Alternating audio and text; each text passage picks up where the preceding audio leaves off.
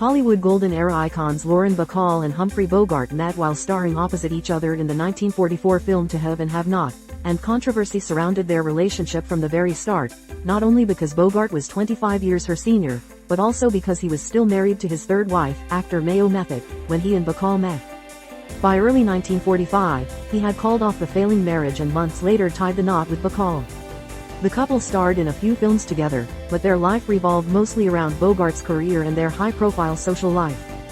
The two were known for hosting parties and held a coveted status as leaders of Hollywood's original Rat Pack. They were married for 12 blissful years before Bogart succumbed to esophageal cancer in 1957. In a 2011 Vanity Fair interview, Bacall discussed how the relationship had affected her career. Bogart wanted a wife. He didn't want an actress. He'd been married to 3 actresses, and from the beginning he said to me, "I love you, and if you want a career, I'll do everything I can to help you, but I won't marry you." He wanted a wife that would go with him and be there. Though Bacall fulfilled both parts, eventually winning 2 Tony Awards for Best Actress in a Musical and an honorary Oscar, none of her subsequent film credits would ever eclipse her first role opposite Bogart. Later in her life, she reflected on their arrangement. "I made a pact with him," she said. "I would always put my marriage first, and I did." Read on to see how the two lived at home. Sign up for our newsletter to get the latest in design, decorating, celebrity style, shopping, and more. Sign up now. This snap captured the lovebirds during a home photo shoot organized by Warner Brothers Studios, the movie studio to which both actors were signed at the time. "I couldn't forget Bogey's tears," Bacall writes about the couple's 1945 wedding day in her first memoir By Myself. "Every time I looked at him I welled up. How had I lived before him? I couldn't remember my life before him. It all ran together, like watercolors." The pair wed at Malabar Farms, the 600-acre spread in rural Ohio belonging to Bon Vivant author and Bogart's close friend, Louis Bromfield. The wedding thrust Malabar Farms into the national spotlight, and Bromfield, who became known as an organic foods influencer of sorts, hosted many a star there, including Joan Fontaine and James Cagney. "I was agog," Bacall writes in her memoir about her first visit to the property with its 19-room Greek Revival farmhouse filled with beautiful antique French country furniture and 7 boxer dogs. Malabar Farms has since become a state park. Sign up for our newsletter to get the latest in design, decorating, celebrity style, shopping, and more. Sign up now. In this 1945 snap, Bacall rests a hand on Bogart's arm in a gesture of quiet intimacy between the nearly inseparable couple. In his biography, their firstborn child, Stephen, wrote that both of his parents harbored deep fears about their relationship, each petrified that the other might abandon the marriage. When Bogart was filming The African Queen, 1951, the actor insisted that Bacall accompany him on location to an African jungle for 6 months, despite Stephen's tender age. "The kid's only 2, Bogart is quoted as saying when referring to that time away from their son. "My other marriages broke up on account of separation, so wherever I go, Bacall goes." Sign up for our newsletter to get the latest in design, decorating, celebrity style, shopping, and more. Sign up now. Hollywood's hottest power couple made their first home purchase from sex symbol and acclaimed tech inventor Hedy Lamarr. They moved into the Austrian actor's 8-room Benedict Canyon, California, house in 1946. The modest ranch-style dwelling stood in striking contrast to the sprawling 6.5 acres of land on which it sat. "If I had $10 million, I wouldn't live in a 40-room house," said Bacall. "I like cozy places." Along with a pool, Bogart and Bacall housed bird coops on the property, filled with chickens, roosters, and ducks. Sign up for our newsletter to get the latest in design, decorating, celebrity style, shopping, and more. Sign up now. Bogart and Bacall settled nicely into their new residence with the help of decorator Bill Yates. A 2008 Architectural Digest article recalls a magazine of the day mentioning the decor of the dwelling as a mixture of Dutch, early American, and French provincial furniture. "Naturally, Betty is intensely proud of her achievements," the magazine reported, using Bacall's birth name. "And she has a right to be. It's the kind of home where you can be at ease, a perfect background for 2 very likable people." Sign up for our newsletter to get the latest in design, decorating, celebrity style, shopping, and more. Sign up now. Far removed from the gun-toting gangsters and tough guy characters he portrayed on film, Bogart is caught here performing one of the most mundane of domestic tasks, winding a clock. His wife stares down from a wall of 3 photographs above. "I never believed that I could love again," Bogart is quoted as saying in the 2024 documentary Bogart. Life comes in flashes when referring to Bacall. I never was happy until I met that one. Sign up for our newsletter to get the latest in design, decorating, celebrity style, shopping, and more. Sign up now. Bogart and Bacall's firstborn, Stephen, was only 8 years old when his famous father died.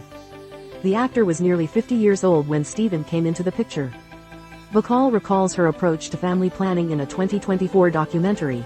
I really wanted Bogart to have children. I don't know whether he wanted them or not, but he was going to have them. I made up my mind, she laughed. Stephen always felt a bit removed from his famous dad. My father would go to work, shoot in the studio all day, and when he came home, he'd want to have dinner with my mother, he told The Guardian. He'd say, "Hey kids, how are you?" And then we're done, we're out of there. Stephen believed Bogart's distance would have been bridged over time. I think as we got older, we really would have gotten into a groove with each other, Stephen said. I think he would have been a really good father. And that's not to say he wasn't when I was growing up. He was just kind of standoffish. Sign up for our newsletter to get the latest in design, decorating, celebrity style, shopping, and more. Sign up now. Both actors were especially fond of dogs. The Bacall-Bogart household was home to 3 boxers. Their first pup together was a boxer named Harvey, gifted to the couple by Bromfield on their wedding day. "We named him Harvey, after the invisible rabbit," Bacall is quoted as saying, in reference to the 1944 play. He was really smart. He knew he wasn't allowed to get on the furniture, so he would only put 2 paws on at a time, and he would sit between us if we had a fight. Harvey was featured in many family portraits like this one, taken in 1951. The dog died 6 months after Bogart. Sign up for our newsletter to get the latest in design, decorating, celebrity style, shopping, and more. Sign up now. By Christmas Eve of 1951, when this picture was taken, Bogart and Bacall were living in an American colonial revival mansion nestled in the Holmby Hills neighborhood of Los Angeles. The abode was the default headquarters of the original Holmby Hills Rat Pack, which included Frank Sinatra, Judy Garland and her third husband, Sidney Luft, the Romanoffs, owners of the legendary Namesake restaurant, talent agent Swifty Lazar, and David and Hajordis Niven. Bogart was their leader, and Bacall their den mother. Bogart and Bacall held an open door to the members of their crew and threw many a celeb-filled and alcohol-fueled house party. In order to qualify to join the Rat Pack, one had to be addicted to nonconformity, staying up late, drinking, laughing, and not caring what anyone thought or said about us, Bacall wrote in her 1978 biography. Sign up for our newsletter to get the latest in design, decorating, celebrity style, shopping, and more. Sign up now. A 3-year-old Stephen Bogart holds the Oscar Bogart won for his leading role in The African Queen, opposite Katharine Hepburn. Throughout his career, the elder Bogart was nominated 3 times for Best Actor by the Academy, though he won only once. As of 1995, per a New York Times article, Stephen was still holding on to his dad's golden statuette, keeping it safe in his own home. Sign up for our newsletter to get the latest in design, decorating, celebrity style, shopping, and more. Sign up now. This 1955 shot was taken poolside at Bogart and Bacall's Holmby Hills mansion. Designed by prolific Los Angeles architect Roland Coyle, the pad cost the pair $160,000 when they made the purchase in 1949. With 14 rooms across the spread, the 2-story home, with its decorative portico, high ceilings, and fir trees, was substantially larger than their former Benedict Canyon dwelling, which was more cottage-like by comparison. Sign up for our newsletter to get the latest in design, decorating, celebrity style, shopping, and more. Sign up now. The Bogart family, including Harvey the boxer, are seen here sitting for a portrait in 1955. Leslie, seen on Bacall's lap in the white dress, is the final child the couple had together, though Bacall would go on to have another after Bogart's passing. "You'll look far to find a face as pretty as that," Bacall told the New York Times in 1970 about her then 17-year-old daughter. Unlike her parents, who embraced their time in the Hollywood spotlight, Lauren eschewed the glam life altogether and chose a career as an emergency room nurse, then became a yoga instructor later in life. Sign up for our newsletter to get the latest in design, decorating, celebrity style, shopping, and more. Sign up now. After Bogart's death, Bacall gave marriage a second shot in 1961 when she wed actor Jason Robards, pictured here.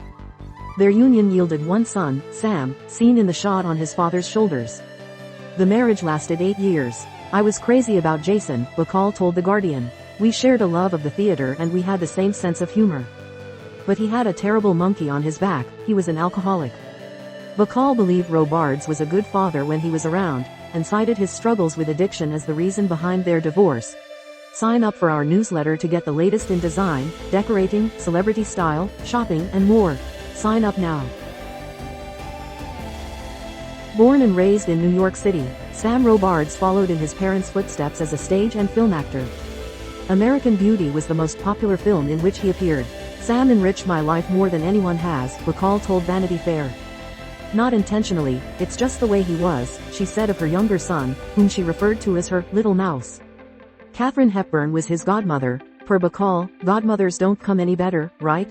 Sign up for our newsletter to get the latest in design, decorating, celebrity style, shopping, and more. Sign up now.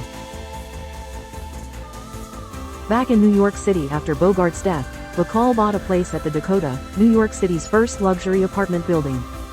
Constructed in 1884, the posh digs overlooked Central Park. The building was also home to several other celebrities, including Judy Garland, Paul Simon, and John Lennon. Everybody who came to see the apartment was fascinated with all the pre-war details, the listing agent told the New York Times.